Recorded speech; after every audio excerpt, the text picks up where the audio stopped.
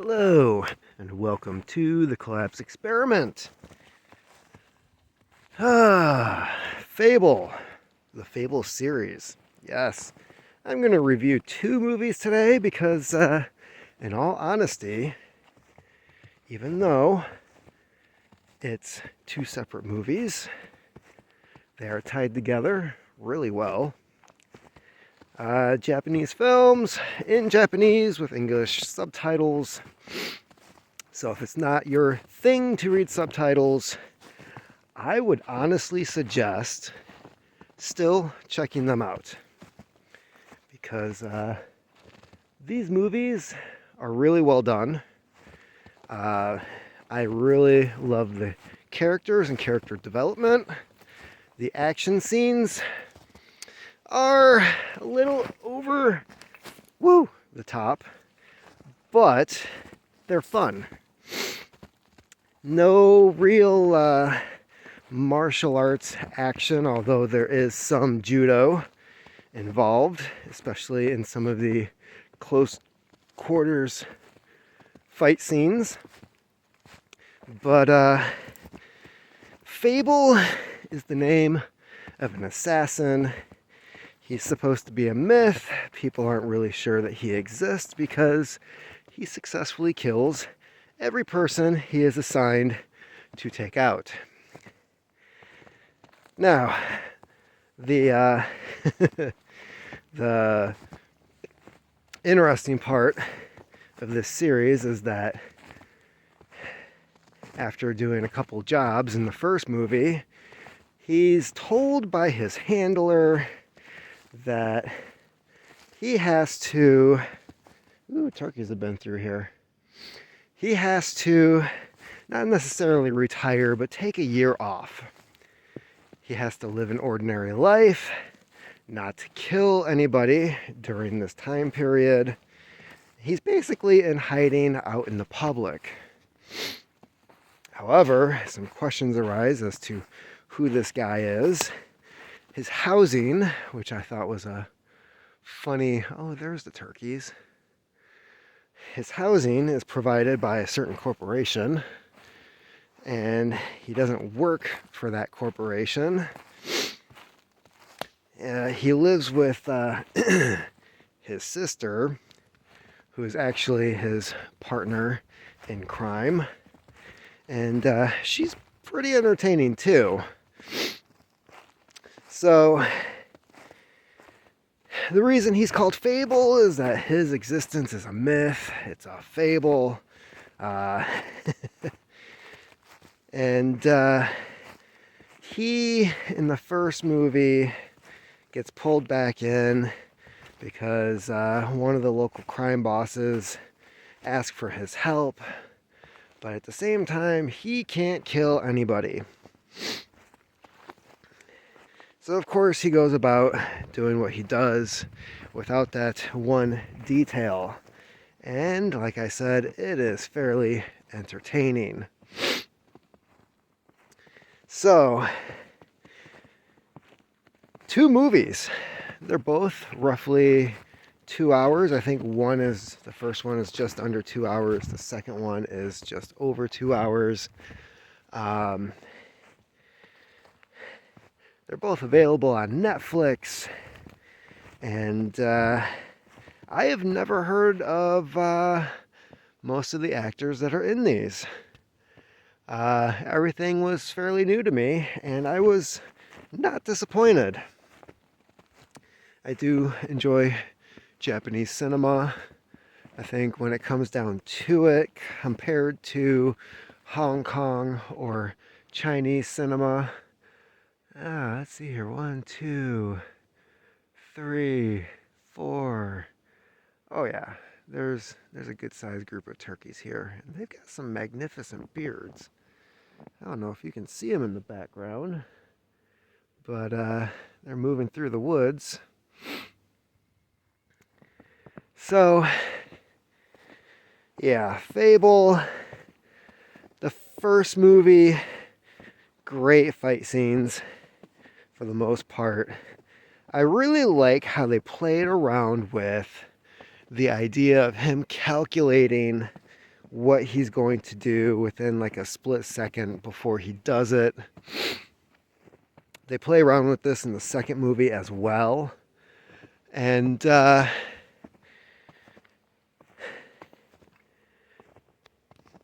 if you're familiar with the Sherlock films, the ones with Robert Downey Jr., they play around with this as well, except it's narrated. He's saying, I'm going to do this, he's going to do that, and they go through that whole thing.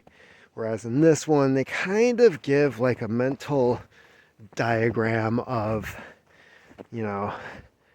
cause, reaction, what he's going to do. And I like it. It's kind of cartoonish in a way, but later on you find out that the assassin himself is really kind of childish in nature when he's not out doing his thing. He really enjoys this comedian called the Jackal. Not sure how he got that name, or if he's an actual comedian in Japan. There's very few people that seem to understand the jokes of this guy.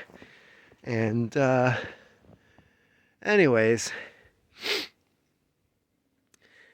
in the second movie, there's this great scene where this girl's standing on a landmine, and he has to try to get her off of it. And they show it from two different angles, which I thought when I was watching it, usually, especially in American movies, they'll do the slow-mo and they'll, kind of break it down by the millisecond as it's happening. And they do that. Then they go back and show it as it's actually happening in real time. And I thought that was fascinating because it showed the two different perspectives on how this guy works. So, Fable, the two movies,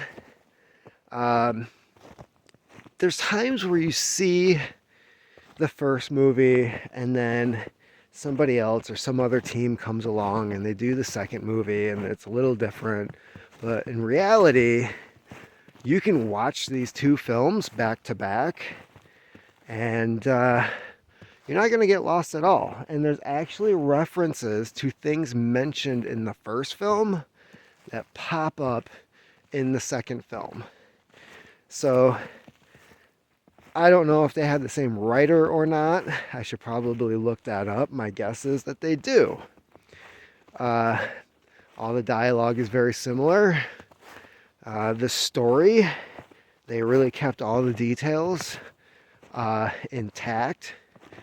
They don't make any drastic changes. And for the most part, I think, if they decide to turn this into like an actual series instead of just the two films, I have a feeling I'm not going to be disappointed. So, the first one came out in 2019. Second one came out in 2021. And,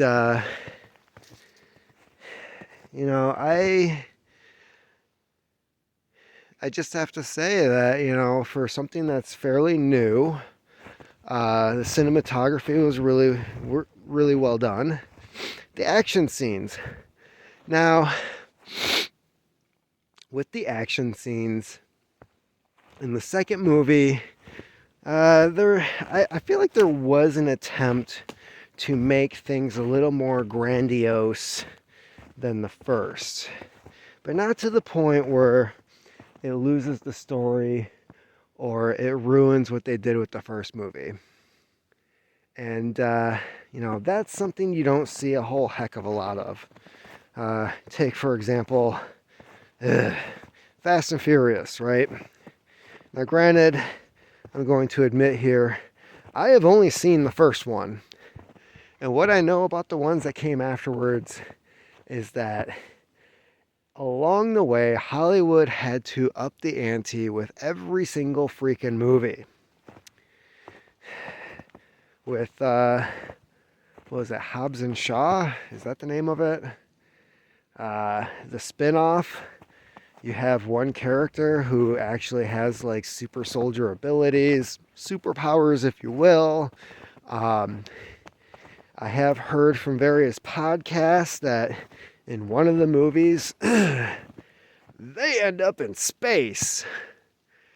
And that is not the direction that this series seems to be going in. I don't know if there's any more that are going to be made. I hope that there is, because I really do actually enjoy the characters and think that they did a very, very good job of doing the cast, writing the characters, getting everything put together in a way where it's just very well thought out. I have seen movies in the past where it just seems like it's very slapped together, it's very generic. And you don't get that with this movie. Granted, it's very difficult with assassin movies to create characters that you're actually going to develop any type of connection to. But this one,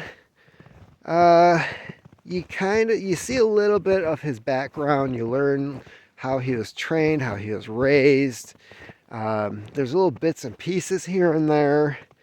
It turns out his handler, the guy who gets all of his jobs lined up for him, he's the guy who also trained him as a child. So he's kind of a father figure at the same time. They don't really show the background of the girl that he works with.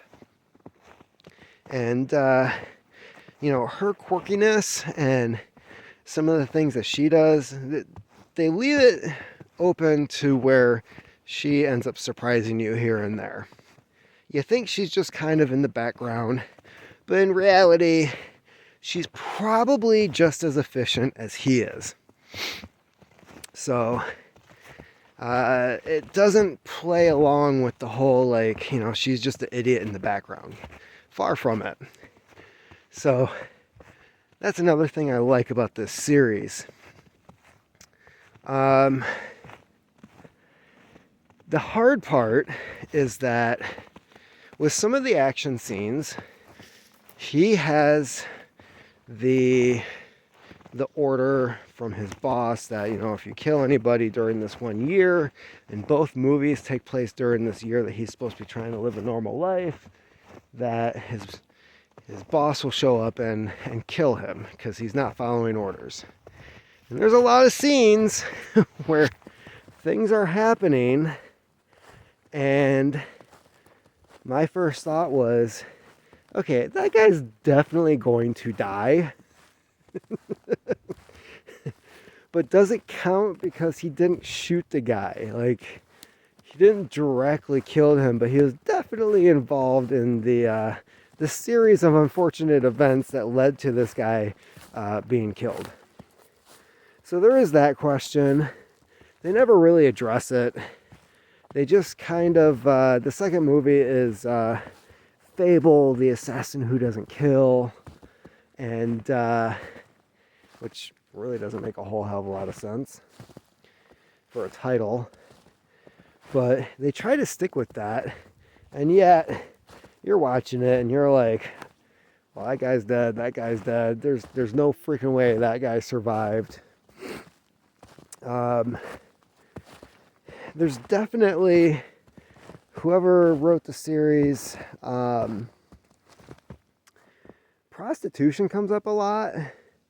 And I know from different things that I've read that, it seems to be one of those businesses that the Yakuza does dabble in. But for some reason, in this movie series, the bosses are very against it. There's reference to a job that Fable did a few years prior, where somebody found out that a guy was engaging in prostitution. They sent Fable out. He took care of it because they didn't want to be involved in that. Thought that was a little odd. Then, in the second movie, it comes up again. And so that was something that, I thought was a little odd, but at the same time, at least it was consistent. So I didn't really have an issue with it other than knowing that the Yakuza does regularly engage in this type of activity, and yet, they were fighting that kind of thing. I don't know. Maybe it was like an honor thing. Maybe it was something personal with the bosses. It wasn't, in my mind, really explained all that well. But considering that it was like a running theme throughout the two movies, you just kind of take with it. You go along with it and take from it what you will in order to keep the plot going. So Fable, the Fable series, I really enjoyed this. And for the most part, I don't have any complaints. Like I said, the fight scenes were really good. The main actor that they choose to play this guy, obviously with some of the scenes, they use stunt doubles, and they do this really creative thing where it's not really all that creative. I've seen it done in other movies before. Whenever he's about to kill somebody or there's a fight scene, he puts on a ski mask. So really anybody could be playing this guy during certain fight scenes. And the mask comes on and off depending on what's going on. There's, in the second movie, a little more parkour going on than in the first one. But it doesn't really take away from, the story or the action scenes. It just seems kind of like what's necessary at the time. And overall, the Fable series, available on Netflix. What would I rate it? I'd have to say, after watching both of them in the last 2 days, probably 4 out of 5 stars. It was good. I really enjoyed it. There's a few things I thought that could have been better, but yeah, overall I think the writing was really good. The action scenes were really well done. There were some oddball things where his semi-automatic pistol all of a sudden goes to he had to manually reload it after every shot, which I thought was a little odd. But it could be the fact that he starts making his own bullets so that they're less lethal, in order to try to prevent himself from killing people. So he's still going around shooting guys, but he's trying to prevent himself from going for these headshots and stuff, which, in my opinion, really doesn't make a whole heck of a lot of sense, because depending on where you shoot somebody, they're still going to possibly bleed out. You might hit something vital. So I thought that was a little wonky. And there was one scene in the first movie. I guess the first movie kind of went overboard towards the end too with some of the fight scenes. He's surrounded by like 30 guys, and they're all trying to pile up on him and kill him. And he's able to basically like crawl his way out of the situation, if you will. But hey, you need to keep the movie going. He is beating people at the same time in order to fight his way out of the situation. It wasn't... was it unrealistic? Sure. Is it possible? Maybe. So, Fable, the series, movies 1 and 2. Definitely start with the first one. If you do accidentally start with the second one, they do still explain as to what's going on early on in the film, so you're not completely lost as to what the hell is happening. So they do account for that. But overall, I think this is a pretty good series. I hope that they make more of them. 4 out of 5 stars.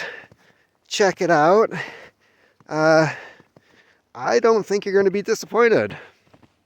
Keep on typing.